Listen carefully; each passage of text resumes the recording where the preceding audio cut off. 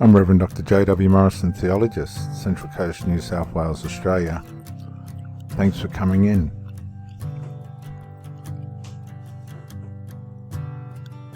If we look at the Proverbs, verse 21, or chapter 21 and verse 6, it says, "Wealth created by lying is vanishing like a mist and a deadly trap." Wealth created by a lying tongue is a vanishing mist and a deadly trap. Now, this is happening in a lot of relationships. There is narcissism in this verse. A relationship created by a lying tongue is a vanishing mist and a deadly trap. It's a vanishing mist. What's that, viewers? That's the devaluation stage. And what's the deadly trap? The lie. The what? The love bombing stage. The honeymoon stage where all the future faking and lying and mirroring goes on. And these people, it's false wealth.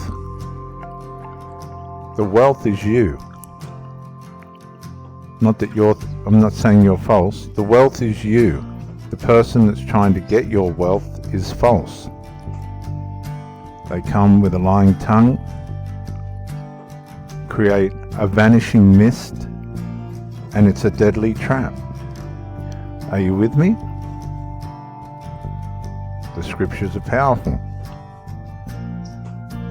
People that come with a truthful tongue have clear air and no trap, a narrow road where everyone knows where they are going, not the wide road where nobody knows where they're going. So relationships created by a truthful tongue that gives value to the relationship. There's no mist, it's clear, the air is clear, and there's no trap. It's a nice, narrow road where everybody knows where they are going. Verse 7. The violence of the wicked sweeps them away. And again, we see loss by violence. And this can be psychological abuse, psychological vandalism. Violence and hostility always, in most cases, can be connected to psychopathy and narcissism. And their wickedness sweeps them away, but there's one problem with that, viewers. It doesn't just sweep them away. Guess what? In a lot of cases it sweeps you away as well if you're with these types of people, because they refuse to do what is just. And just always comes back to the golden rule, which is don't harm yourself or anybody else. So we see the discard stage of the narcissistic relationship. It's just everything's being swept away. They are refusing to resolve. They're going with what's unjust. And there's nothing left. Are you enjoying this?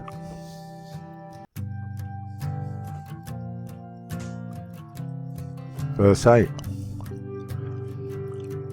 The guilty walk a crooked path. Now, who are the guilty? The lying tongue, the violence. The guilty walk a crooked path. Right? It's not a narrow, straight path where everyone knows where they're going. But the innocent travel, and there it is, look. And I didn't rehearse this at all. The innocent travel a straight road. this is the thing, when you're with people that aren't being straight and you just sense it in your gut, that's when it's time to go. That's when it's time to say, no, I'm sorry. I don't like this sense of guilt and shame that you're bringing. I don't like the crookedness and the way in which you're psychologically behaving, and by the sound of verse 7, physically behaving. And I most certainly, unfortunately, don't like lying. So if you don't mind, I'll be off down the straight road. Hear that beautiful Australian native bird while you go down the crooked road. You go down the crooked path and I'll go down the straight road. The interesting part about that verse is a path is somewhere where you walk. A road is somewhere that you drive or ride on. And so in this instance, there's a hint that there's more people that are willing to go down the straight road by being innocent, because there's more room for them, than being guilty and walking down the crooked path. I think the human spirit wants to be innocent, but there's a part in our nature that sort of holds us into doing things that make us guilty. But we still have a choice. Verse 9. It's better to live alone in the corner. Oh my God, I didn't know this was coming. It's better to live alone in the corner of an attic than with a quarrelsome wife in a lovely home. Now, I've experienced this on several occasions, and let me just say, a quarrelsome wife, listen very carefully, a quarrelsome wife isn't necessarily somebody that is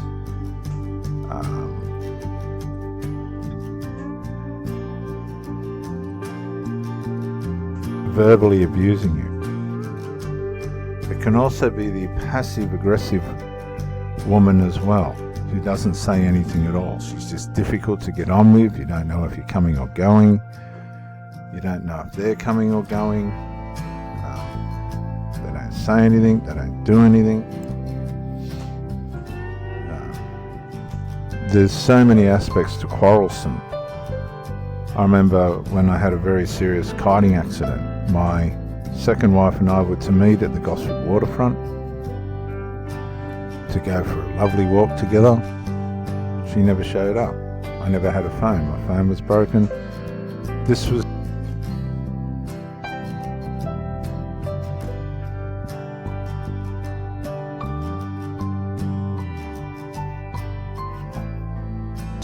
meeting was to be at 9:30 in the morning, of which then I was going to pick up the phone at 11 o'clock in the morning. She never showed up. So I walked to get the phone. I get the phone at 11 o'clock. Find my way home, and as I'm walking up towards the street, she's come to pull out of the street. And I've said to her, "Where were you?" And she said, "I went to buy a dress." And I've gone, "I beg your pardon?" Oh, she goes, "Oh yes, I went to the post office and then I went to buy a dress." I've gone, "But we were supposed to go for a walk." Dun dun dun dun dun dun dun dun. You know, you go, uh-oh, this just isn't adding up. And of course, things deteriorate from there. You can't tell people are going to do this stuff. Why do they wait till you marry them to do it? Why do they wait till you get married before they actually come out of the closet? I don't know. I ended up going kiting that day with tremendous confusion and lots of questions about what all that meant and why did that happen.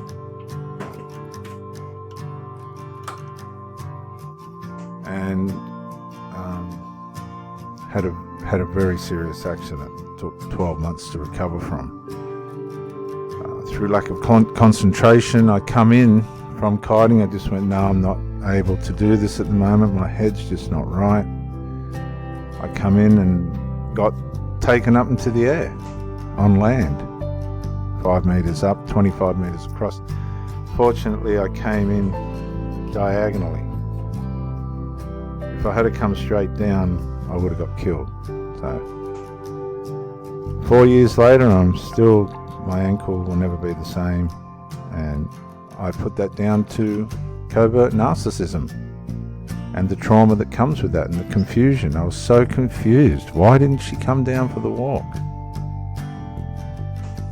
We'll never know. The damage people can do. They don't even know they're doing it.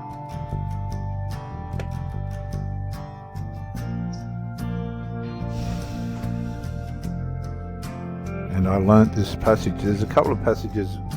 Another one says it's better to live on the corner of a roof than with a quarrelsome or contentious wife in a lovely home. And I fully understand. The marriage ended, the 2-year marriage ended when the son moved in, and him and his mother they over-bonded. They went through a honeymoon period, a reunion period, and the marriage was over in 10 weeks. I asked them to leave. And number 10, verse 10 of 21. Evil people desire, and this is something that you've got to get in your head. If you're experiencing evil, if these people around you are being evil, guess what? They desire evil. That's what they desire. I've had women that have said, I just, I want peace. I don't want toxicity, and they're as toxic as hell. And when I say toxic, it doesn't mean yelling and screaming. It can be passive aggressive. And you need discernment for that one. Passive aggressive, you need discernment for that. Because you can't tell what's going on. It can fry your brain. It's a form of narcissistic abuse.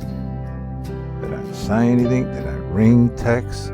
They don't acknowledge you. They don't ask. You can sit there and ask them how work's going. They don't ask you back. How's your job? No.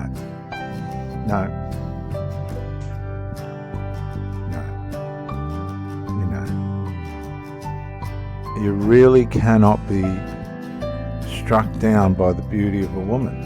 You can't. You have to be aware of what's happening psychologically in the relationship, whether it's healthy or not, or you'll end up a casualty. These people, they have a desire for evil. They don't want to bring what's good. And their neighbours get no mercy from them. What's the golden rule, viewers? Love your neighbour as yourself. So you can see these people have no mercy on themselves. They'll just throw themselves into any form or fashion of evil. Does that sound like a... Yes, it does. Narcissist. They don't care who they harm, who they hurt, how it affects people, the damage that they leave behind. They just want their evil, because that's what they desire. And remember, I'm not talking about monsters and ghosts and Dracula and vampires. I'm talking about evil. It can be an affair, reckless sex. They got this desire to go reckless. They go and have an affair. They're in emotional affairs at work, or they've got people orbiting the relationship and they're just keeping them in a holding pattern until you've had enough of them, and then they're off into bed with somebody else. I'm not saying that's always the case, or that is the case, but it can happen, and it does happen. And they've got no consideration, no mercy for anyone, as long as they get their desire.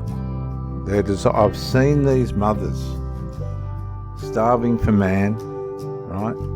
They get the man, the children are pushed to the side, the cats and dogs and lizards and ferrets are, left to fend for themselves until she's had a fill. And then guess what? You're pushed to the side while the ferrets and rabbits and children and lizards and snakes, cats and dogs and things get looked after. You've got to understand when you're just a supply. You've got to understand. These people have been so damaged they don't know how to build a proper relationship.